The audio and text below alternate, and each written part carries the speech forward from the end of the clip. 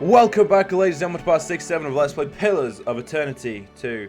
In the last part, we picked up some goods from smugglers, and we're now going to take them back to the meet. We're going to go to Sayuka, so let's fucking go, lads. So, for fuck's sake. Sayuka is quite a far way off. It's all the way. Oh, no, it's not. Sorry, no, it's not. It's not. I keep thinking it was the other one. As your crew holds the smugglers' crates below decks, one of them shouts an alarm. What the fuck are these smugglers done to us? Grim Cauldron finds you in your cabin. Captain, come quick. Someone's just popped out of one of those crates we picked up. Before you can object, Grim Cauldron leads you above deck.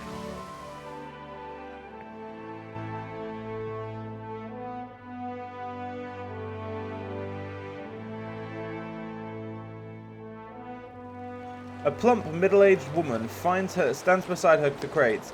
Her clothing is rumpled and her hair matted, but her eyes twinkle with triumph. Gelarde, 23 days! This is a new record. She smells of urine, old sweat, and worse, but she beams at you all the same. Lady, you are setting all kinds of records right now. You bear witness to the victory of magic over matter, and you are bothered by a little mess. I have nearly perfected Renova Miseres, and this spell shall change exploration forever. What? Renewal of air, you would say.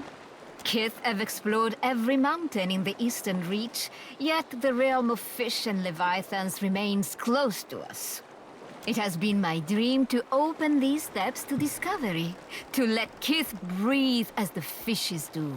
A look of wonder shines in her eyes. Or at least to let us use the air of a single breath again and again. So, why are you going to Sayuka? Why are you leaving the Revealing Republics? Back home, they care only for profit, and there is little profit to be had in sticking your head in the glass bucket to watch the fish. But the Rawatayans, they have vision. They chase greater things than gold. So I go to work with them.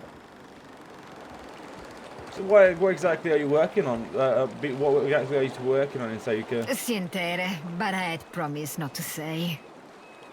I still don't understand why you had to hide in the crate. Neither do I. But Okya, she thinks that maybe the Dukes will not be happy to let me go. She shrugs. At least he gave me plenty of time to test my work. Well, that's all, I suppose. Yes, I have much to do. Many more tests to run before we reach Sayuka. A pleasure talking, Captain. Fucking weird woman. Popping it out of a fucking crate like it's normal. That's what gets people institutionalized, that shit. Alright. Oh, I thought that was a bit of a fucking storm then. I was about to cry. Storms are just effort. And there we go, Sayuka.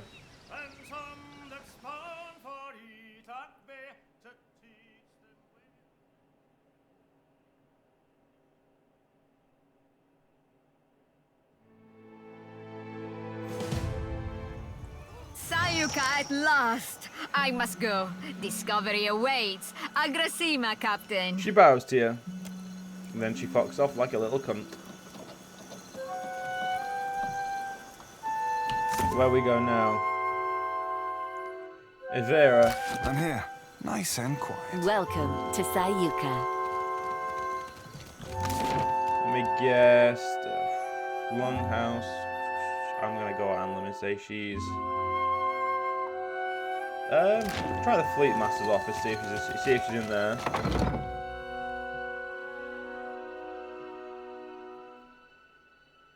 Bring trouble, I hope. Fleet Master Okya stares with unwavering intensity at the small sea of papers strewn across her desk. She holds a pencil lightly in one hand and absently taps the tip of it against her lips. After a moment, a low hum escapes her throat. The sound ends with a harsh scoff, then she flicks her eye till you meet yours. Artillery trajectory calculations. Terribly tedious and lamentably imprecise in a storm. As she's choosing the end of her pencil, her gaze grows distant, like she's watching something behind you. But the numbers distract me. Where are my manners? You must be the watcher the Hazanui sent. You found me with a rare spare moment. Izanui Karu asked me to deliver some cargo to you. I've received a report from the dockmaster stating as much. The Royal Deadfire Company appreciates your swift delivery of our cargo. A cheery smile brightens her otherwise serious features, saying nothing about the smugglers. Well? She raises an eyebrow. I've received a report from the dockmaster stating as much. The Royal Deadfire Company appreciates your swift delivery of our cargo. Izanui didn't say I'd be ferrying human cargo. Why would she? You're a courier. She stares at you in a genuine bewilderment. In any event, Okaya thoughtfully taps her pencil against the edge of her desk. the Hazanui's missive suggested you might be able to help us with an issue at port. Go on. You may have noticed the outsized coral in the harbor. She gestures to the dock just below her office. I'm gonna shrug. She narrows her eyes, drumming her fingers along her desktop, then continues. There's something unnatural about the coral's growth. About everything on this island. And no matter how we trim it back, it only grows larger. My engineers deduced that the origin of this disturbance is somewhere off the coast of Sayuka, and I'd like you to investigate. Talk to Avera in the workshop if you care to learn more. I would be grateful for your help here, Watcher. Okay, bye-bye. Yes? So yeah, coming there was just get an extra quest. But hey, an extra quest, was nothing wrong with that. So, let's go to the workshop. Oi, Cap! There he be. There be Romaro. Sure as my arse be blue. Seraphim runs to meet an old white-robed man. I wish you'd not come, my lad. Pleased though I be to see you. Even Aldi's anarchists spare no mercy for mutineers. Seraphim breaks away and peers up at Romaro. Aye, but you, a traitor? The very thought of it be ludicrous. He spreads his open palms wide, open palms wide to either side. Return with us. I'll be protecting you, and we'll be seeing to your fair judging. With a slow shake of his head, Romaro swallows. I can't, Blue. Much as I loathe to leave. I'm dead to these waters, and they to me. Seraphim gapes and sputters before finding his response. Break my biscuits and call me Swabby. You've gone addled in your dotage, ain't you? The oil looks to you, lower lip twitching. Captain, unsheathe that silvered tongue of yours, and talk some damn sense into this old sort. Would you leave the Principe? The Principi have changed, and not for the better. Once, we aligned behind a common purpose. Now, we fractured into two extremes, each wallowing in its own corruption. So you're fleeing your problems. Ach, these roomy eyes have seen too much. Nepotism and cronyism run rampant, rotting the Principe from inside out. Power consolidates behind the least deserving. The Consuelo's leadership founders, and with it, my faith. But lay that plan of you, old sea dog. You're no good as any. There ain't no faith on these waters, save that you be finding for yourself. He flashes a crooked smirk and strikes a closed fist against his chest. Betwixt your brains and my swagger, we'll be right in the good ship Principe San Petrina forthwith, and be shot of these ship's squiffy doldrums. Romaro's frown deepens as he looks away from Seraphim and towards the sea. A fine dream. I pray to Ondra that you achieve it. For me, though, the current flows but one way. A return to the Principe would mean my death. So what are you accused of? I've not heard every charge against me. But that of mutiny, of that charge, I bear guilt. Seraphim's ears droop. He reaches for Romaro but stops short, letting his hand fall. Why? The sorcerer were our omen kin. We're our cock-swelling pride. And you bartered it to an half-drowned old elf for a pint-bilged fucking clipper? Staring intently on the ground at Romaro's feet, Seraphim shakes his fist bald at his sides. 14 years I spent swabbing them decks. Longer yet for you. Captain Bastion trusted you. I trusted you. His glare rises to meet Romaro's eyes. Ac. Bon amico. Romaro's mouth opens briefly before closing again, and he swallows. Sientere, Seraphim. I've disappointed you. Hurt you. No words can justify my actions. I only hope you believe me, that I did what needed doing. How can I? With a tired shrug, Seraphim looks away. Alright, Seraphim, you've heard his confession. What would you like to do with him? Cut him loose, Captain. Let him hold this shit close to his bilge rat heart, for what beats be remaining it. Romaro, did this have something to do with your captain trafficking slaves? How did you, Romaro blinks and shakes his head. Captain Bastian, had the sorcerer slaving? Romaro frowns at his dark, wrinkled hands and rubs his palms together. Seraphim blinks, expression blank, his mouth open, closes, open again. His fur bristles, ears angling lower. Slaving? What kind of fathom-headed hornswoggle be this? The sorcerer were my kin. They weren't slaving. I hunted slavers for the captain. We freed slaves together. So I also believed. But Bastian sold those we saved to the Crooksburg slavers. I found records of it in his quarters, almost a decade's worth. When I confronted him, it went poorly. Rage rushes through your blood, flushing your skin, and cold hate spirals along the length of your spine as confusion blurs your vision. A fight against it. You close your thoughts against the onslaught of Seraphim's emotions and they break upon you, scattering. Sientere, bon amico. Forgive me. Romaro stands a bit unsteadily. I meant you not to know. To keep your faith in our traditions. To remain optimistic. A bright star within the Principe. You okay there, Seraphim? Seraphim snorts and shakes his head. The moisture mats the fur beneath his eyes. Well, if you be, Romaro. Agrasima, Watcher. The clipper will be loaded soon, and then we'll be away. Cores, Seraphim. Bon amico. Take this. May you have rare cause to use it. He provides Seraphim with a tightly wrapped package. I hope we meet again someday. On calmer seas. Caress, bon amico. Seraphim turns away.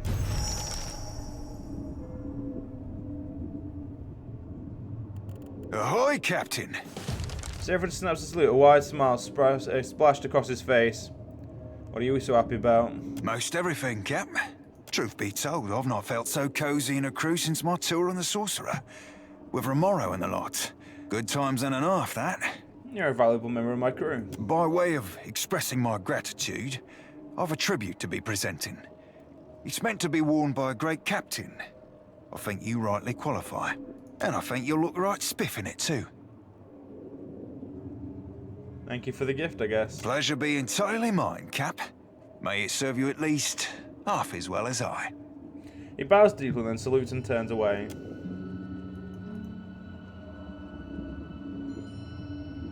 Well, first things first, let's talk to Seraphim. And Seraphim, I've just realised the party's all fucking misorganised. There we go. An eyebrow, the blue of the open sea, rises over the iris of the warm green of the shallow surf. You be boring a hole in me with them eyes, Cap. I'd offer an oboe for your thoughts, but I prefer not to make deals I ain't got no intention to keep. You wanted to talk? Talk. You be a strange fish, Cap. Sometimes you ain't half bad. Other times you be a right poxy cogsucker. If you want to talk, I'll listen. I'm not sure there'll be much to say, Captain. He looks away. Let's have a look which one he's one on.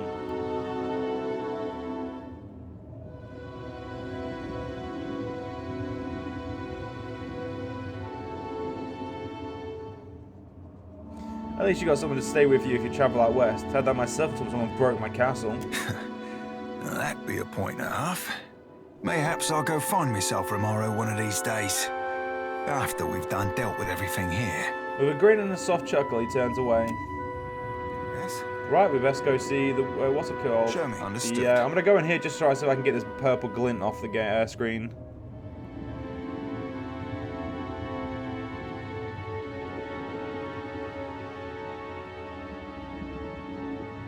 There we go. So let's get ourselves leveled up.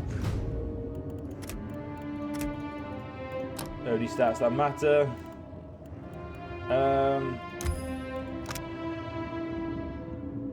That's perfect. I like that. Oh shit, I get one for my paladin as well. Abjuration. Through force of will, the paladin can destroy any spirit or summoned creature below the paladin's level. Spirits and summoned creatures equal or greater than the paladin's level take raw damage. Fuck yep, that's awesome. Not going with that. Let's get some more mechanics. Let's get, you know, some more streetwise. I think it uses this.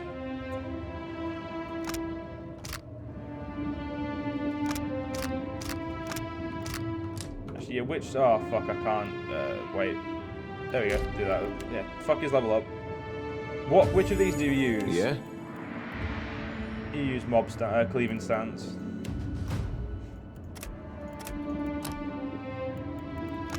Or in this case, it's now called mob stance. We'll get that. Over here, break the bell, two-handed staggered effect upgrade. One-handed damage over time lasts longer. Yes, please. Let's do good old Alof. Let's get Arcana up and his history. You get 2 new spells. Yep, no ghost killing blow. What's this? Tyrant's Chaotic Orb. Is Tyrant the Chaotic Orb balance between number of enemies, dealing damage, inflicting a variety of negative affliction? Fuck yeah. And he said between enemies as well, which means it shouldn't hit our allies, which is, you know, the fucking best part about that. And good old Shoti. Enemies behind the target now suffer stance of stagger if the attack critically hits. Its cost is refunded. The long pain. Yep, I like that. Give her a little bit of ranged assistance. And now she's got... What priest ability do I want her to have? Oh, Revive the Fallen. Yes, that's just too useful not to give her. Yeah? Right, so everyone, let's go talk to Ivera.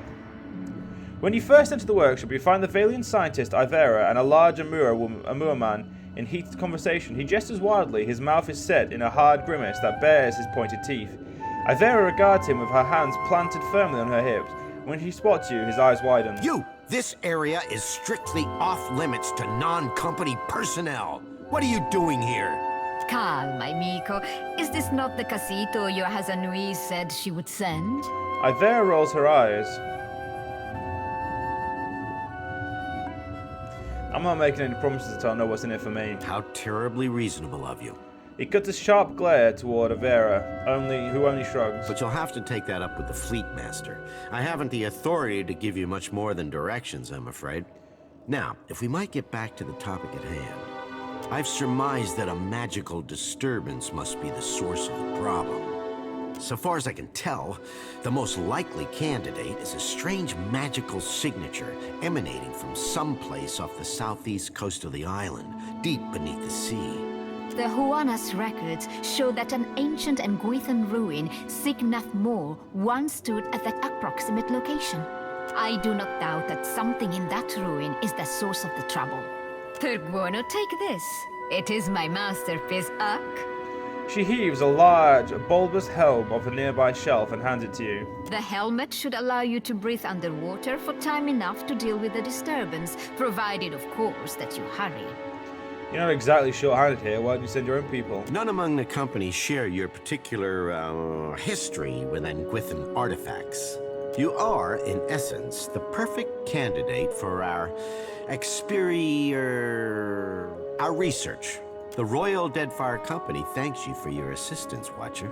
And your bravery. Aura Taugori. Well, I'm pretty sure you need to pay me. demanded additional cannons. We must oblige her. We cannot spare the weight. Already the ballast is overtaxed. Increase the size of the ballast then. And store it where? Then we must increase the size of the ship. Take your concerns to the Valian. This mess is her responsibility now. Uck, so much to do, so few hours in... I better have been fucking paid. Anyway, ladies and gentlemen, we're after in this part here. Hope you guys will join us. See you guys next part. See you guys then.